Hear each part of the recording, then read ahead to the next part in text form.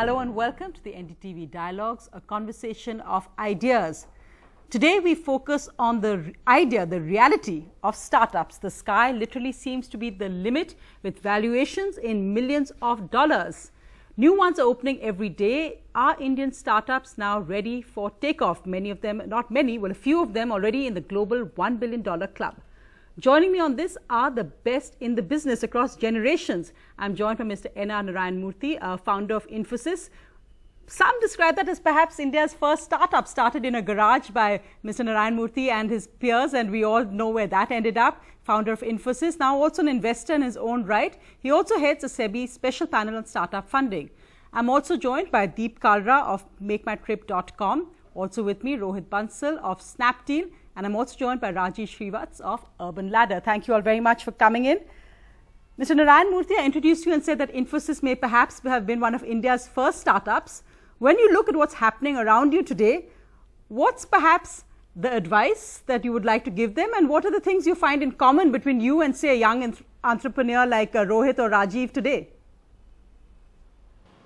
Well, I think the most essential attribute for entrepreneurs, whether it was in 1980 or today, is to have an idea whose business value proposition to the customer is unique, whose business value proposition to the customer is better than all other existing competitors. I think that remains true even today as it was in 1980.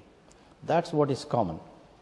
However, today there is a lot of venture capital available to our entrepreneurs. Those days there was no venture capital available to us.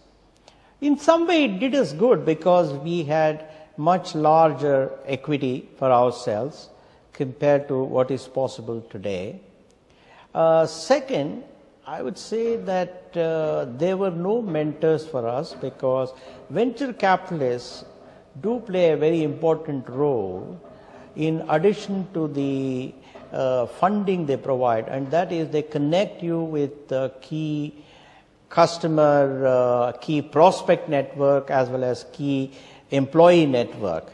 And they also provide a good incentive for entrepreneurs to stick to the target, work hard and achieve what they want in a reasonable time frame. These things were not available for us at that time. That's all the difference, I would say. That is really, I think, at the end about, I said entrepreneurs, about the passion and being the best, being better than everyone else in it. Deep Kalra, if you could come in, because again, you've seen the highs. Make My Trip, I mean, really the big daddy in a sense out there right now, but also, of course, the lows. How does someone handle that when you come in? And when you came in about, it's been about 15 years now, it was a very different time.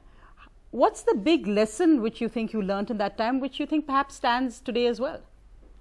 Yeah, I think Murthy put it very well actually, that your fundamental core proposition to the customer can't change. In fact, you've got to be very clear about what problem you keep solving. And the problems keep changing, but you should be very clear what's that big problem you're solving. For us, I think the big learning over these 15 years has been actually one of perseverance. And we think that's, even today, I think that's probably one of the most important qualities an entrepreneur needs to have, because things will change, markets will change. What you started out with, your ultimate value prop, might no longer be true because the market has changed. And I've seen a few changes already in these 15 years. So when we started off for the first 5 years, from 2000, 2005, India wasn't buying online. So we actually had to change a bit. Today it's fashionable to call it pivot. We didn't pivot, but we changed a bit. And we focused on the non-resident Indian market coming to India. And these were people largely in the US who were very comfortable buying online. So that was a change in strategy, and I'm glad we made it, because we didn't then, spend all our marketing monies in India. We spent our money in a market which was ready to move online. By 2005, we thought the Indian market had opened because low-cost carriers had presented a good challenge to us, which technology could solve. And Indian Railways with IRCTC had shown the way that people are ready to buy online, and we seized that opportunity. So really from 2005 till probably a couple of years ago, It was web in India, which took us right through our IPO. Because you faced the crash in between as well. Because exactly. And then you must have been the odd one out, because entrepreneurship wasn't really accepted yet in that sense at all. Yeah, it was pretty much, I think, to have a net business, a web business, and be a startup was probably taboo. But I think that was a great time because, when you're pushed, I think, to a corner, your back is to the wall, you really come out with more innovative solutions. Also the team, I think you really ask yourselves just how much you believe in this, because things are falling apart all over.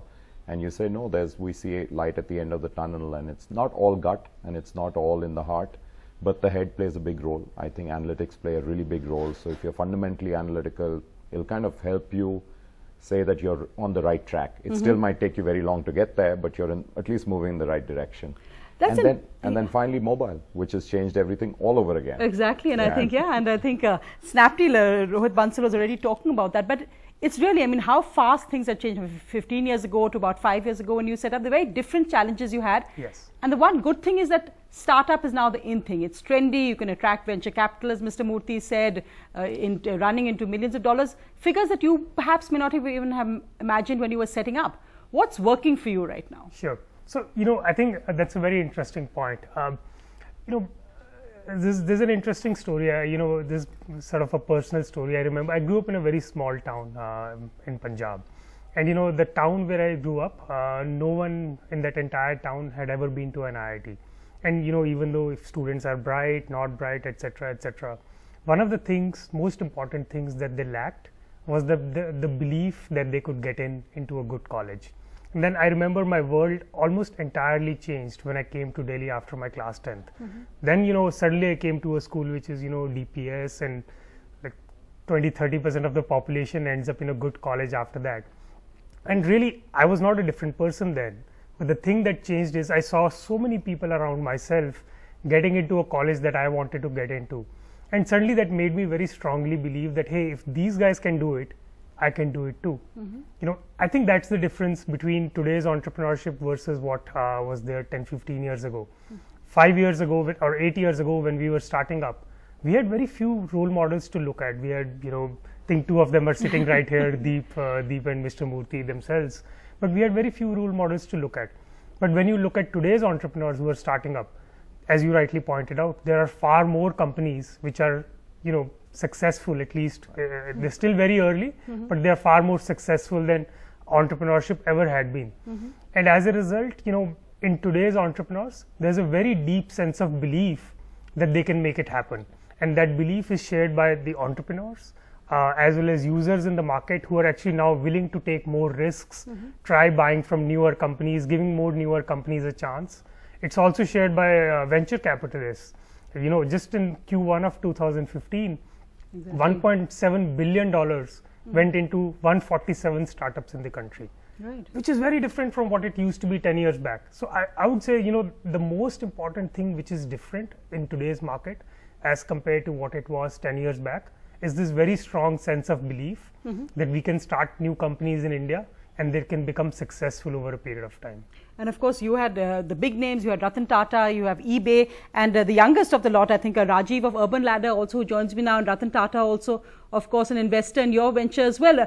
Rajiv, we've talked about the 3 different stages, but and interestingly also, of course, we met some IIM professors who told me that how from the graduating batches now, people don't want to go to necessarily the big companies. They all want to be entrepreneurs now. That's really seen as the fashionable thing to do. But as a young entrepreneur, would you say that it's what really makes the difference between, say, your venture and someone else's venture? Is it just about the idea? Is it looking, as Mr. Narayan Murthy perhaps cautioned, that also the common sense, the grounding that is needed? Because, of course, there's still questions about profit models, what's actually going to happen 5 years down the line. Certainly. When we started, for example, 3 years back, if we had done any analytics, the entire furniture market was completely zero online. We just believed that as a company, as a startup, we should go after where the puck could skate to. And to that extent, we said in 2012 when we started, no one was buying mobile phones and apparel 5 years back, and the world is going to change because consumers and the buying patterns were changing, and everyone was going to have a smart device in their phone, in their hand, right? And we said, let's go to where this puck would be, and sort of started the Urban Ladder with a vision to have millions of beautiful Indian homes. Certainly truly inspired by Mr. Murthy, Mr. Deep Kalra, and I remember having a conversation with Rohit just before we started as well. Certainly, all the people here were inspirations for us.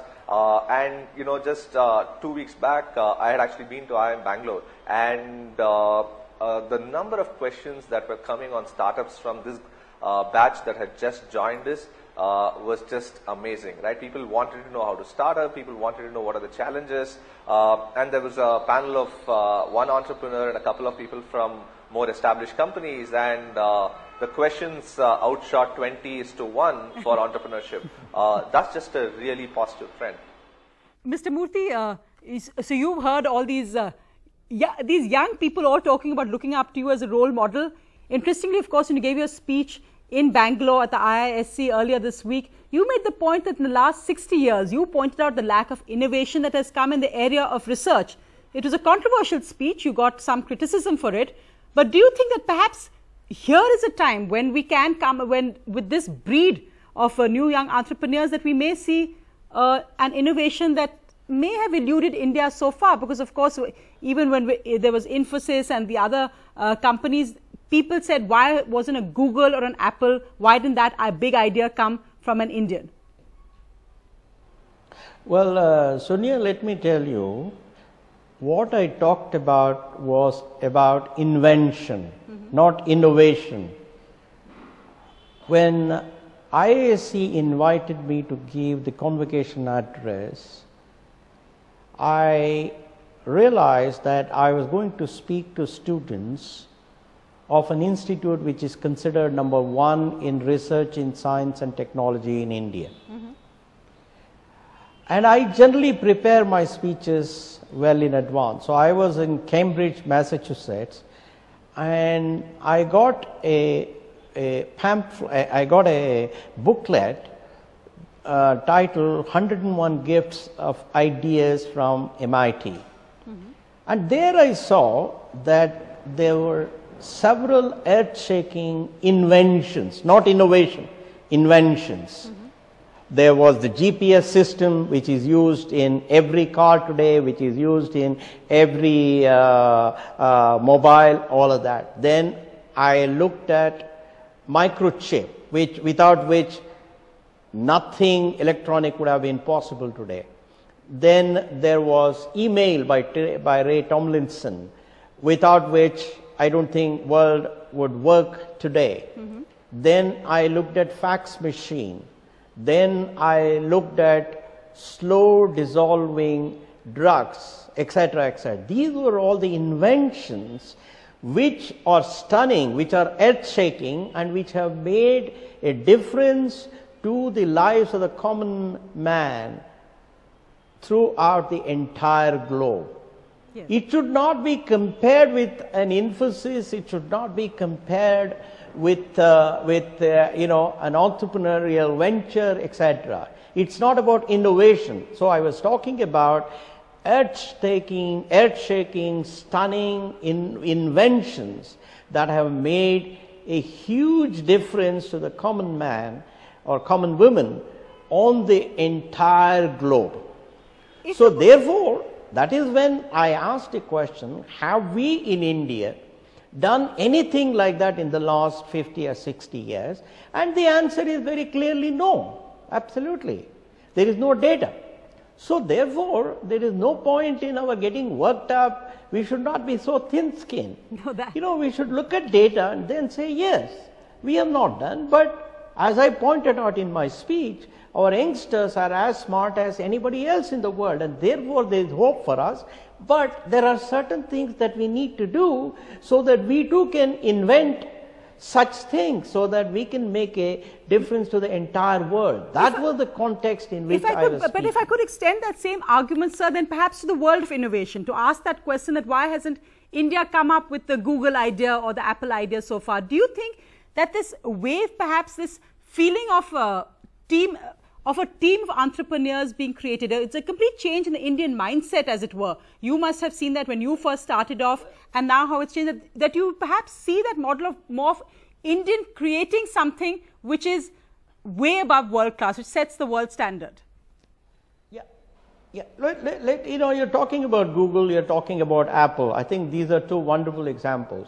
Let's realize Google came out of a wonderful search algorithm which Larry Page and Sergey Brin were working on as PhD students at Stanford. That again reinforces my theory that our students should work on ideas that are going to make a stunning difference to the world. Similarly, Apple came about because of all the wonderful work that had happened at Palo Alto Research Center, Park. You know, whether it's mouse, whether it's graphical user interface, etc., right? Now, those are not the kinds of things that we have been working on here, our educational institutions have initiated. Therefore, even if you look at stunning innovations, I think there's a lot of work that we have to do so that our youngsters too can contribute.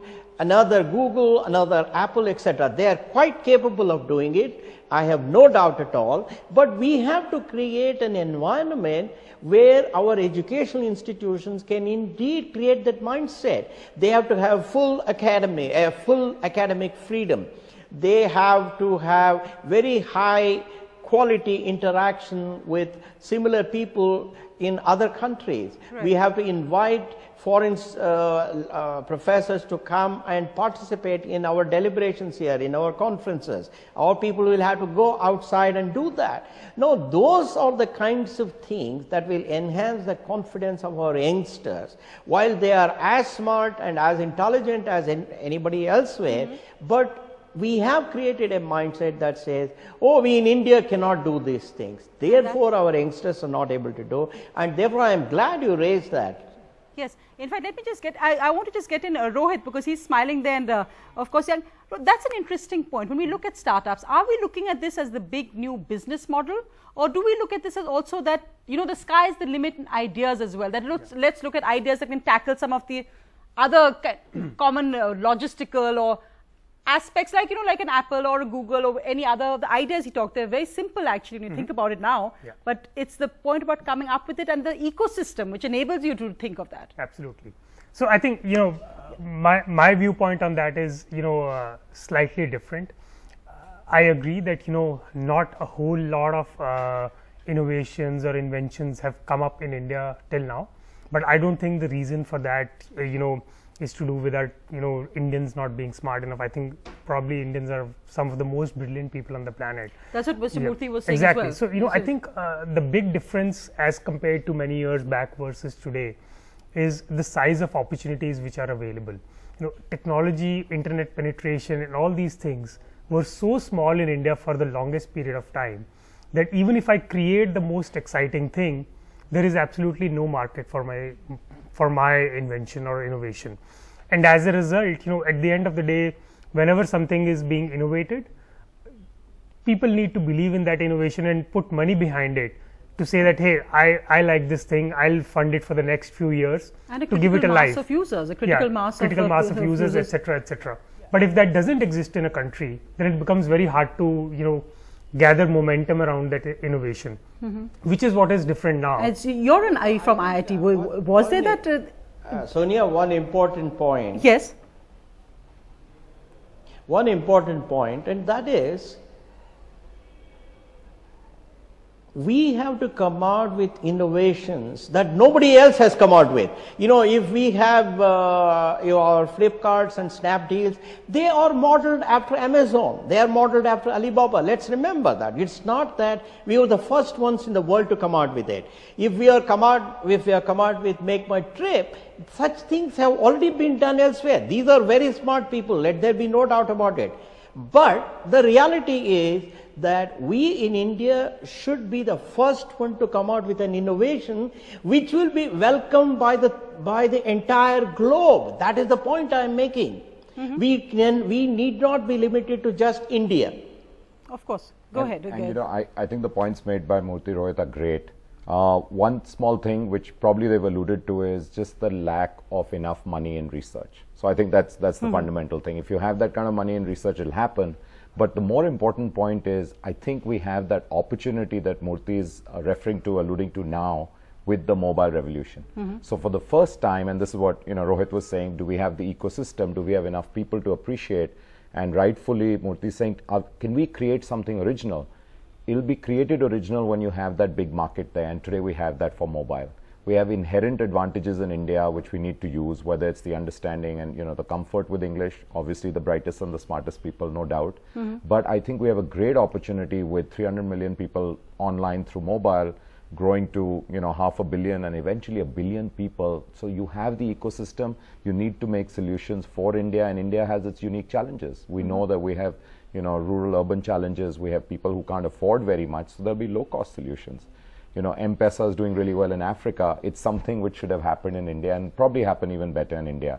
But those are the kind of solutions we need, whether it's around telemedicine or it's peer-to-peer financing. I think the time has come, and we have today the enablement for it. No, and interestingly, of course, the recent socio-economic caste survey of rural India showed how many people may not have a basic amenity like a fridge or a four-wheeler or a two-wheeler, but they'll have a mobile phone. So that's actually a whole new aspect which reaches out. But I just wanted to bring Rajiv in on that point. When we talk about a culture of innovation, of entrepreneurship, you made the point that now you find that when you go out there, that there's so much interest in it. But is this encouraged in our IIMs and IITs? You're quite a fresh graduate yourself in that sense.